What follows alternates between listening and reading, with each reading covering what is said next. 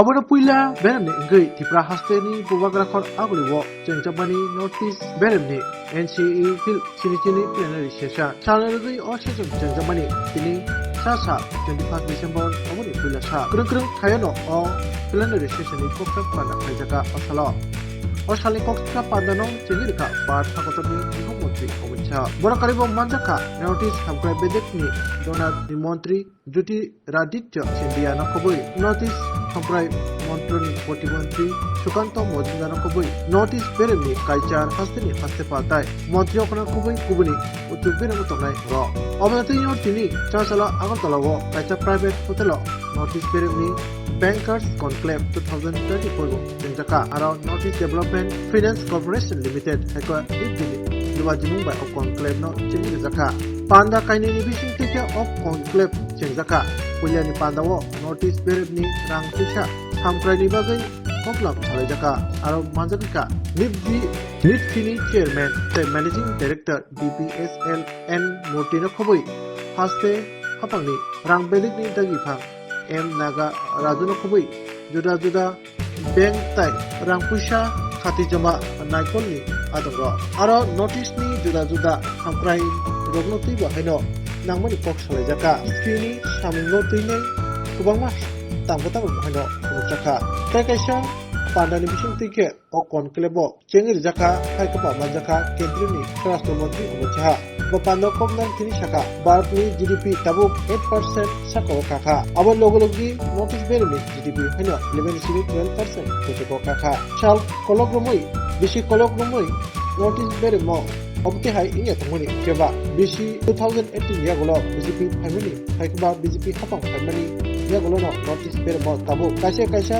hamkrai samung tangjamo bai obuti peke rang puisa rang thogo GDP rogo tabu kutugo kaijongo notice bohino abo logi bo bar thakotoni ganani akoto Bangladesh bai bar thani halok noti bohino positive kok saka kok santangtini gৃহমন্ত্রী Amit Shah saka Bharat tai Bangladesh ni bisingo sit mohol tongmani o sit mohol baino kuni desh ni no juda Jingjalok Tongmani Part Hakoton Yok Samamani Bisi Chini Sibani Yaglo Pradhan Mantri Narendra Modi সংবিধান সংশোধন খাইমান বিসিতে Bangladesh by কংলাম সালেমানি বিসিতিনো অজত্ত জঞ্জালনো বাহিনো রেখা রেখা আবনো রবিনো বাংলাদেশ চট্টগ্রাম পোর্টনো সামথে পাবই notice বেরেমনি মাनै সিনামজাকমা রকনো high হাকতনি জুরা থাयो সকনা বাগৈ তাবো দুগা খগলি জাকা অববাই notice বাহিনো হামপ্রাই ফাইনাই আবন লগলগি Bangladesh হাকতর বাহিনো রাং পয়সা আজি funny দেবো হামপ্রাই ফাইনাই অপটিহান শাখা মন্ত্রী অমিত শাহ অসালিন পান্ডব ত্রিপুরা হাস্তিনি মন্ত্রীকরা Profesor Dr. Manik Shah Khoboi Arunachal Pradesh ni Mantriyokra Prema Khandu Khoboi Kubuni Adoro Wahino Manjak Paimani conclave का विषय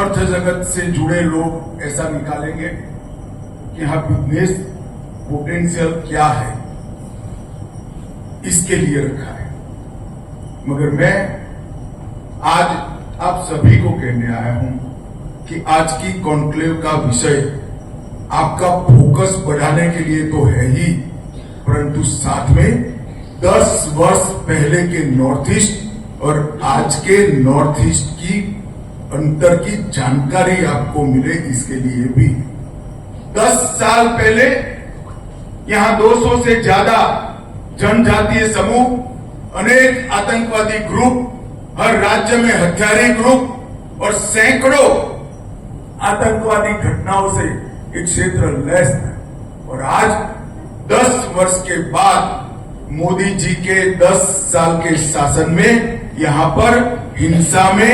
71% की कमी आई है और नागरिकों के मृत्यु में 86% 20,000 से ज्यादा हथियारी लोग सरेंडर कर चुके हैं मेन स्ट्रीम में दाखिल हो चुके हैं और यहां पर अब ये एक्सप्लोर किए बगैर का सभी पोटेंशियल देश के विकास के लिए आप लोगों का राह दिख रहा है और मैं यहां पर जब बैंकिंग वाले होते हैं बैंक के लोग होते हैं तब वो आंकड़ों को ही देखते हैं मुनाफे को ही देखते हैं ग्रोथ की पोटेंशियलिटी को ही देखते हैं और रिस्क फैक्टर का ही काउंटिंग करते हैं।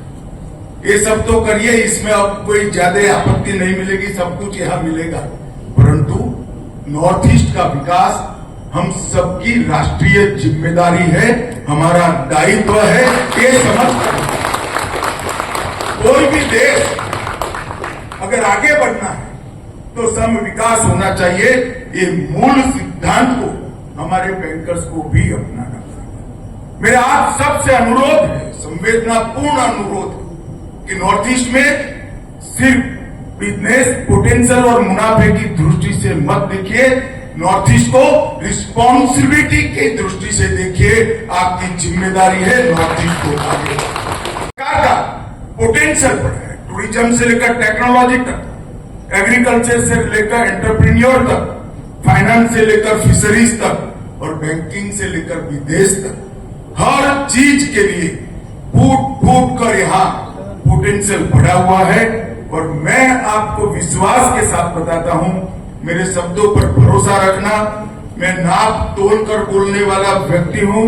हमारा नॉर्थ ईस्ट विकसित भारत के निर्माण का गेटवे बनने वाला है, क्योंकि यहां पर बहुत आने वाले 25 वर्ष में नॉर्थ ईस्ट के वित्तीय समावेशन और आर्थिक विकास दोनों दृष्टि से भारत का गेटवे बनेगा, नए कीर्तिमान रिकॉर्ड स्थापित करेगा। आने वाले 25 साल नॉर्थ ईस्ट भारत का विकास का गेटवे बनेगा, पूरे देश का विश्वास का गेटवे बनेगा। और अब मैं कह सकता हूं नॉर्थ ईस्ट निर्यात का भी गेटवे बनने वाला है। ये मैं आगे आपको एक्सप्लेन करूंगा। और इंफ्रास्ट्रक्चर के निर्माण में भी नॉर्थ ईस्ट पूरे रिकॉर्ड तोड़ेगा, इसका मुझे बहुत विश्वास है। और आज जब आप सब लोग नॉर्थ ईस्ट बैंकर्स कॉन्क्लेव 2024 के लिए एकत्रित हुए हैं, तो इस जीवंत क्षेत्र के अंदर फाइनेंशियल इंक्लूजन, इकोनॉमिक डेवलपमेंट और विकास, इंफ्रास्ट्रक्चर के विकास के लिए आपकी सहायता चाहिए और आपका संवेदनशील नजरिया चाहिए। मित्रों, कॉन्क्लेव का यहां पर 3 सत्र हुए, 2 हुए, तीसरा शायद अभी होने वाला है। फाइनेंशियल इंक्लूजन पर आपने एक सत्र किया, कृषि और एमएसएमई के क्षेत्रों पर ऋण देने के लिए किया, और तीसरा क्षेत्र की डिजिटल बैंकिंग इकोसिस्टम को इंप्रूव करने के लिए आप सत्र करेंगे। परंतु मैं आज यहां पर आपको कहना चाहता हूं, बैंकिंग सेक्रेटरी भी यहां पर उपस्थित है, रिजर्व बैंक के भी लोग उपस्थित है और देश की सभी प्रमुख बैंक के प्रतिनिधि भी। क्या नॉर्थ ईस्ट के अंदर फाइनेंस के लिए किसी भी प्रकार का फाइनेंस हो, इंफ्रास्ट्रक्चर का हो, एग्रीकल्चर का हो, एमएसएमई का हो या पर्सनल लोन, इसके लिए पैरामीटर्स आपने जो बनाए हैं, रिजर्व बैंक ने गाइडलाइन बनाई है, नाबार्ड ने जो गाइडलाइन बनाई है, वो पूरे देश की गाइडलाइन, वही गाइडलाइन नॉर्थ ईस्ट की होनी चाहिए क्या? कैसे कर सकते हैं? नॉर्थ ईस्ट की और पूरे देश की गाइडलाइन एक नहीं हो सकती। जरूरियात है नॉर्थ ईस्ट के लिए अलग पैरामीटर्स के साथ फाइनेंस की गाइडलाइन। मैं आज कहना चाहता हूं, secretary banking, chairman NABARD, RBI और एसबीआई की ये जिम्मेदारी है कि एक अच्छे दृष्टिकोण के साथ जो नॉर्थ ईस्ट की अभी की कैपेसिटी है उसको दृष्टिगत रखते हुए एक विशिष्ट प्रकार की गाइडलाइन फाइनेंस के लिए नॉर्थ ईस्ट के लिए अलग बनाई। यहां बहुत बड़ा पोटेंशियल पड़ा है और मैं आज आपको बताना चाहता हूं, नॉर्थ ईस्ट हमारे देश का एक्सपोर्ट का गेटवे बन रहा है। कुछ साल पहले बांग्लादेश और भारत के एनक्लेव चेंज कर लिए गए। उस वक्त आजादी के बाद भारत का कुछ हिस्सा बांग्लादेश के अंदर था, बांग्लादेश का कुछ हिस्सा भारत के अंदर। इसके चलते इंफ्रास्ट्रक्चर के बनाने में और रख रखाव में बड़ी दिक्कत आती थी। मोदी जी ने पहल कर आजादी के 75 साल बाद संविधान को सुधार कर बांग्लादेश से वार्ता कर बांग्लादेश और भारत के एन्क्लेव्स का एक्सचेंज का काम किया।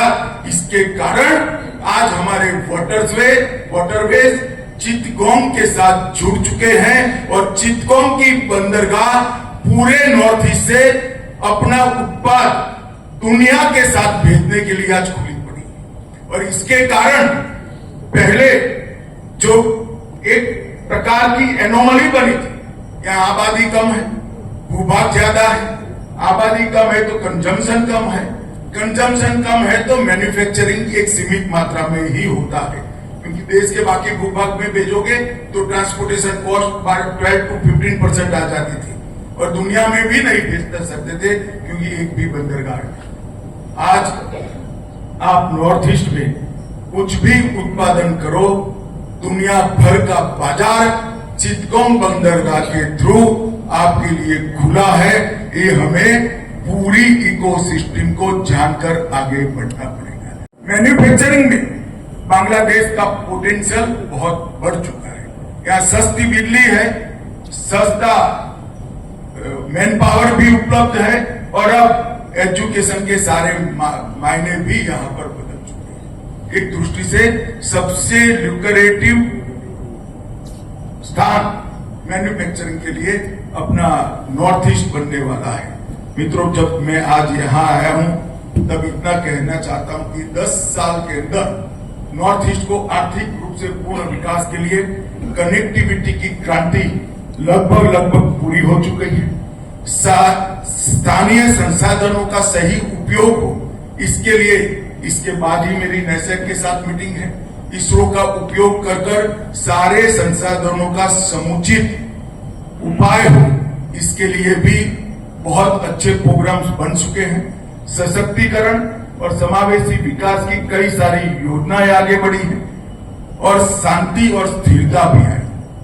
नॉर्थ ईस्ट को मोदी जी ने इमोशनल, इकोनॉमी और इकोलॉजी, ये तीनों दृष्टि से सक्षम बनाने का काम नरेंद्र मोदी जी ने किया है। और पिछले 10 साल अकेले नरेंद्र मोदी जी 65 बार नॉर्थ ईस्ट में आए हैं और 10 साल में 700 से ज्यादा सेंट्रल मिनिस्टर ने नॉर्थ ईस्ट के अंदर अपनी रात बिताई है। ये बताता है कि भारत सरकार का फोकस है। मित्रों, बैंकिंग के अंदर भारत में ढेर सारे रिवोल्यूशन 10 साल के अंदर आए। सफल इंसॉल्वेंसी कानून बनाया, मुद्रा लोन, स्वनिधि लोन और 10 वर्ष में 10 लाख करोड़ की बेड रिकवरी को पूरा करने का काम भारत की बैंकों ने किया है। 10 पब्लिक सेक्टर बैंक का 4 पब्लिक सेक्टर बैंक में विलय हमने किया और लगभग जो हमारे पब्लिक सेक्टर बैंक घाटा करते थे 23-24 में 1.5 लाख करोड़ का मुनाफा हमारे पब्लिक सेक्टर बैंक ने किया है और एनपीए 2.8% से नीचे। ये सब तो हो गए, बैंक सक्षम हो गए।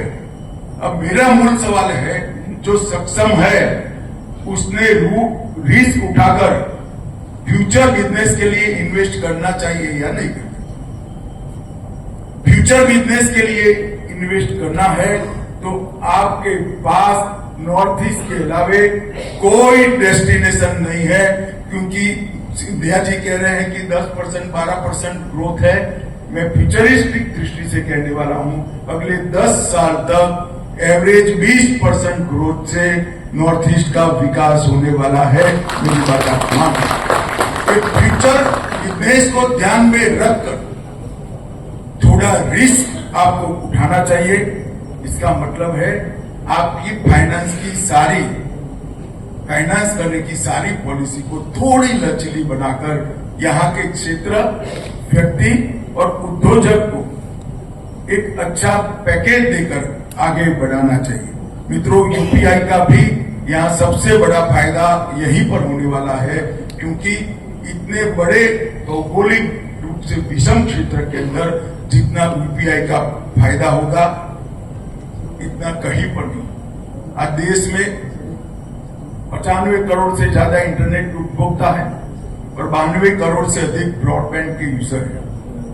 भारत के 95% गांव 3G और 4G कनेक्टिविटी से युक्त हो चुके। मैं 95% गांव पर बहुत थ्रस्ट देना चाहता हूं। इसका मतलब है नॉर्थ ईस्ट के अंदर भी 80% कनेक्टिविटी पूरी हो चुकी है। नॉर्थ ईस्ट के अंदर ढेर सारे इंफ्रास्ट्रक्चर के काम हुए। आज पूरा नॉर्थ ईस्ट का हर कैपिटल रेलवे और एयर दोनों से जुड़ चुका है। 20 से ज्यादा वाटरवेज बन चुके हैं और यहां शांति भी प्रस्तापित हो गई है। मित्रों, आने वाले दिनों में बहुत सारे इंडस्ट्रीज यहां आने की संभावना मैं देख रहा हूं। टाटा का 27,000 करोड़ का सेमीकंडक्टर का प्रोजेक्ट वो बताता है कि नॉर्थ ईस्ट के पोटेंशियल को एक्सप्लोर करने के लिए बड़े बड़े उद्योग समूह भी आगे बढ़ रहे हैं।